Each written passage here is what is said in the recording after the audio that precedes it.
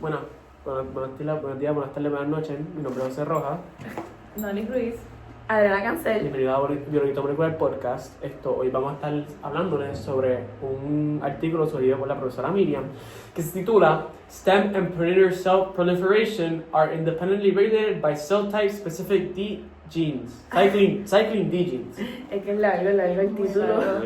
Pero nada, ahora Noelis va a introducir el papel como. Pues en muchos tejidos necesitamos equilibrio entre mantener y regenerar. El estudio de hoy usa un modelo muy interesante que utilizaron la línea lateral del pez cebra con sus órganos sensoriales llamados neuromastos. Aquí conviven dos poblaciones, las células madre amplificadoras y los progenitores de células ciliadas. Entonces, una pregunta, ¿para qué entonces sirven los neuromastos? Muy buena pregunta. Los neuromastos son sensores mecánicos que detectan los movimientos del agua y ayudan al pez a orientarse, evitar obstáculos y responder al entorno. Son perfectos para estudiar regeneración porque reponen las células ciliadas con rapidez. Ah, ya. La gran pregunta del papel es si las reglas de proliferación de estas dos poblaciones, célula madre y progenitores, son las mismas o es que son distintas. Exactamente, y la respuesta del estudio apunta a regulaciones diferentes. Entra en escena la familia ciclina D que regula el ciclo regular. El trabajo se enfoca en dos genes, el CSN2A y el CSN-DX. Y entonces, pregunta, ¿cada uno gobierna lo mismo o es una población distinta? No, CSN2A está asociada a las células madre amplificadoras y la CSN-DX a las progenitoras de células ciliadas. Entonces empezamos por CSNDX. ¿Qué pasa cuando hace falta? Cuando eliminan CSN-DX, los peces todavía pueden formar las células ciliadas, pero los progenitores dejaban de dividirse, resultando que cada progenitor producía una sola célula en vez de dos. La regeneración seguía ocurriendo, pero con menos células en total. Así que, espera, a ver si te entendí.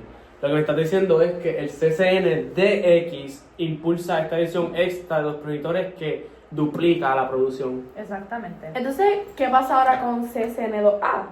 Al quitar CSN2A, el impacto fuerte se ve durante el desarrollo temprano del pez cebra. Ahí las divisiones de las células madre se pausaron, pero en regeneración, otras ciclinas, por ejemplo el CSND1, parece compensar. En conclusión, CSN2A es esencial para el desarrollo, pero menos crítica en la fase de regeneración. Pero ahora yo leí, ¿verdad? Yo leí el paper por ahí y yo vi algo que se llama los notch. Y como que no entendí, ¿qué son esos? Pues notaron que el notch actúa como un freno sobre CSN-DX. Cuando baja notch, por ejemplo, tras la muerte de células ciliadas, sube el CSN-DX y las progenitores pueden proliferar más para reponer células ciliadas. Entonces, déjame ver si lo entendí bien. Notch bajo es igual a más CSNDX, entonces más divisiones de los progenitores. Exactamente. El notch puede decir que actúa como un semáforo porque su propósito es regular la cantidad de CSN-DX hasta cuando es necesario. ¿Verdad? En conclusión, el CSN2A controla la división de las células madre, mientras que el CSN-DX controla la división de los progenitores de las células ciliadas. Perfectamente. Y el notch decide cuándo se activa esta aceleración de los aprendices. Si notch baja, se le da la vía libre al CSN-DX. Así que la regeneración en neuromastos no usa una única palanca, sino controles independientes para las células madre y progenitores. Eso explica por qué incluso si los progenitores no se dividen, o sea, falta de CSN-DX, aún se pueden formar células ciliadas, pero con menos cantidad. Entonces, ahora Roja va a hablar de su parte de los métodos y las figuras del artículo. Pues nada, ¿verdad? Vamos a seguir el método en 6 pasos. El primer paso que hicieron fue larvas de los peces cebra, los tingieron con líneas fluorescentes para ver los diferentes tipos de células que contenía el pez, ¿verdad? Y todo esto fue bajo normas éticas. Entonces, ¿cómo provoca la regeneración? Pues, ¿verdad? La generación, para el paso 2, se hizo una acción controlada en el cual se dañan las células ciliadas utilizando algo que se llama la neomacina para activar como tal el programa de reparación. ¿Y cómo saben que estas células se dividen? Pues, ¿verdad? Este serio seguimiento y prueba en el cual se hizo un compuesto llamado EDU, ¿verdad? Entonces, en el EDU, ese se marcó a la célula de división para darle más seguimiento. Y entonces bajaron el notch para ver si se aumentaban las células ciliadas y usaron inhibidores del ciclo para ver si la aplicación era necesaria o no. Entonces, ¿pueden forzar que las células se vuelvan ciliadas? Bueno, pues, ¿verdad? Eso trataron de ellos forzar el destino, que donde aplicaron un choque térmico, que ahí entra lo que se llama el ATOH1A, que es como un switch que lo que hace es que empuja para que se fuerce y transforme en una célula ciliada. ¿Cómo ven qué genes están activos y la estructura del tejido? Pues ahí entramos al paso 5, que ¿verdad? Se llama lectura en el tejido, que con un tinte que se llama con HCR in situ, ellos mapearon el gene como tal de en qué se enciende y en dónde. Entonces también usaron un faloidina y algo que se llama inmunotinción para marcar la arquitectura y la proteína de... Entonces, ¿todo esto se observó en tiempo real? No, para nada. Esto, ¿verdad? Esto fue 24 horas y yo altamente dudo que un científico se quedó ahí 24 horas dibujando y marcando. So, yo lo que hicieron fue un timelapse como tal para después ellos observar y analizar la imagen. Y en general, ¿qué hicieron en este experimento? Pues, ¿verdad? Un TLDR, un resumen bien breve. Ellos primero lesionaron, marcaron, después perturbaron los genes, miraron, le marcaron los programas genéticos y finalmente hicieron pruebas estadísticas y analizaron. Pues nada, ahora les voy a mostrar aquí, acá, no sé dónde esté la figura 1, que es como tal la figura más importante que encontramos en este artículo. ¿Dónde está este neuromasto en el pez? Pues verdad, ahí es donde entra la figura A, que la figura A, pues tú puedes ver la larva, ¿verdad? Que está tejida con un tinte que se llama el DAPI, ¿verdad? Y si no me equivoco, creo que está en violeta, y es la región donde marca el neuromasto, y tú puedes observar que está en una línea lateral posterior. Entonces, ¿y la cara del neuromasto, por decirlo así? Pues ahí entra la figura B, que es un SEM visual, que SEM, que es una vista dorsal de un neuromasto también de 5 dPF, donde se pueden apreciar los estereocilios y los cinecilios, que estos son filamentos de actina que se encuentran en las células sensoriales del oído interno del pez. ¿Y qué hay dentro del neuromasto? Pues, ¿verdad? Dentro del neuromasto se puede encontrar, ¿verdad? Como tal, esa sería la figura C, que es un corte transversal, donde se puede encontrar las células ciliadas en morado, las células de manto en azul, y además los soportes que no están marcados, pero ahí entra también la figura D y E, que también ¿verdad? Son más rendiciones artísticas y un esquema como tal de esta figura C. So, aquí está, ¿verdad? Está más clasificado, están los progenitores hair cells y morado y eso. ¿Qué pasa a nivel de genes según avanza la regeneración? Pues, ¿verdad? Ahí entramos también a la figura 1, la parte F, el que se integra el scRNA sequence en un curso temporal, y ¿verdad? Entonces ahí tú puedes observar que se observan, ¿verdad? en diferentes horas, tiempo, en homeostasis, 0 minutos, 30 minutos, 1 hora, 3, 5, 10, etcétera, etcétera. ¿Y los genes claves por panel? Pues, ¿verdad? Ahí entra en la figura 1 la parte que sería de la G a la J, que se pueden observar, ¿verdad? Una figura que hay diferentes cada una. Entonces, la primera, que es la G, marca el PSNA, donde marca las células en división, que serían los progenitores diferenciales, que es una flecha violeta, y entonces las células amplificadores, que es una flecha rosita, ¿verdad? Después está el ATOH1, que son las células centrales, y traquea el linaje del progenitor, a hair cell. La otra, que sería el CCNDX, se expresa en un linaje de hair cells y máximo de progenitores, en el que están divisiones diferenciales.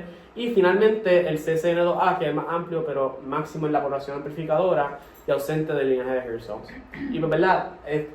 Después está la figura 1, la K a la L, que es como un heat map de los diferentes, la expresión genética de tipos celulares a lo largo del tiempo de generación.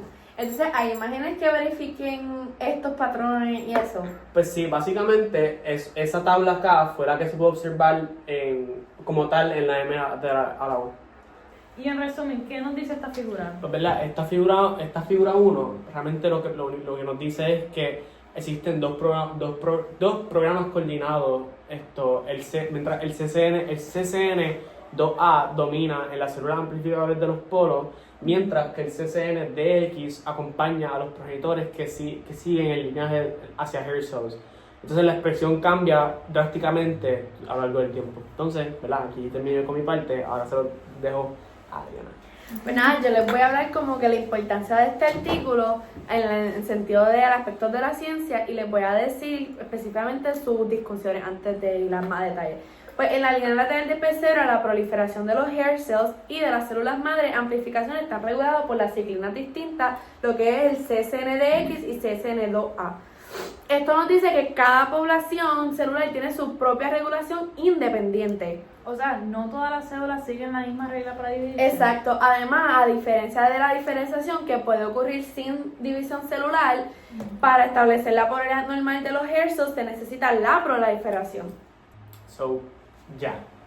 Creo que entendí. Lo que estás diciendo es que no es lo mismo diferenciarse que organizarse bien. Exacto, son dos procesos totalmente diferentes. El destino o identidad celular, cellular hair cell, no depende de la división, pero la orientación o la polaridad correcta, pues sí atribuyen a lo que es la proliferación. Muy interesante. Esto cambia bastante la forma en que vemos la regeneración. Sí, y en conjunto, estos hallazgos amplían nuestra comprensión de lo que es el control de la proliferación y la diferenciación en tejidos regenerativos. Además, abren las puertas a diseñar estrategias mucho más persistentes en la medicina regenerativa y de especies. Muy bien, pero para aquellos que no saben, ¿qué exactamente es la medicina regenerativa? Bueno, claro, la medicina regenerativa es un campo amplio donde el cuerpo utiliza sus propios sistemas, a veces con ayuda de materiales biológicos externos para recrear células y reconstruir tejidos. Entonces, este recambio tisular y la generación de procesos esenciales para el funcionamiento y la supervivencia de los organismos requieren la proliferación de células madre. Oye, realmente suena súper poderoso, está súper duro, pero suena que tiene un poco de riesgo. Sí, lo que pasa es que pues por la proliferación debe estar estrictamente controlada. Si se desregula, las señales del nicho pueden producir una proliferación descontrolada de las células madre y sus hijas y pueden causar enfermedades como la que conocemos bastante, que es el cáncer.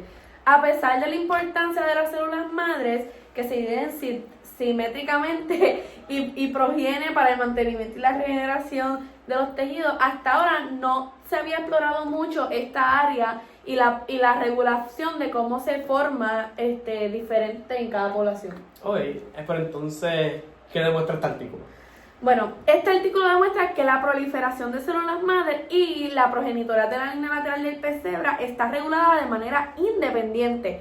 Esto tiene implicaciones potencialmente muy importantes para comprender cómo en otros órganos y especies de la proliferación de células madre en reposo y activas de sus hijas pueden manipularse cuando están enfermas.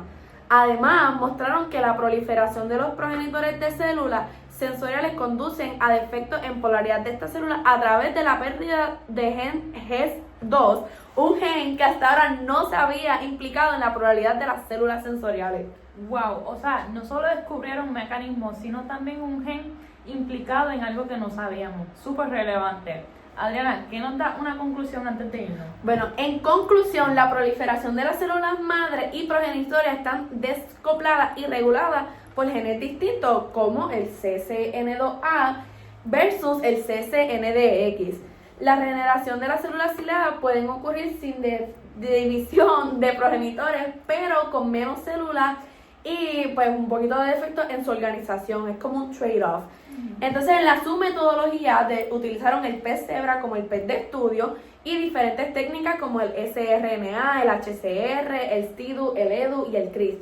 Estos resultados nos ayudan a entender cómo se controla la proliferación y la diferenciación en tejidos regenerativos y abre puertas a diseñar estrategias más precisas para la medicina regenerativa entre otros órganos y especies.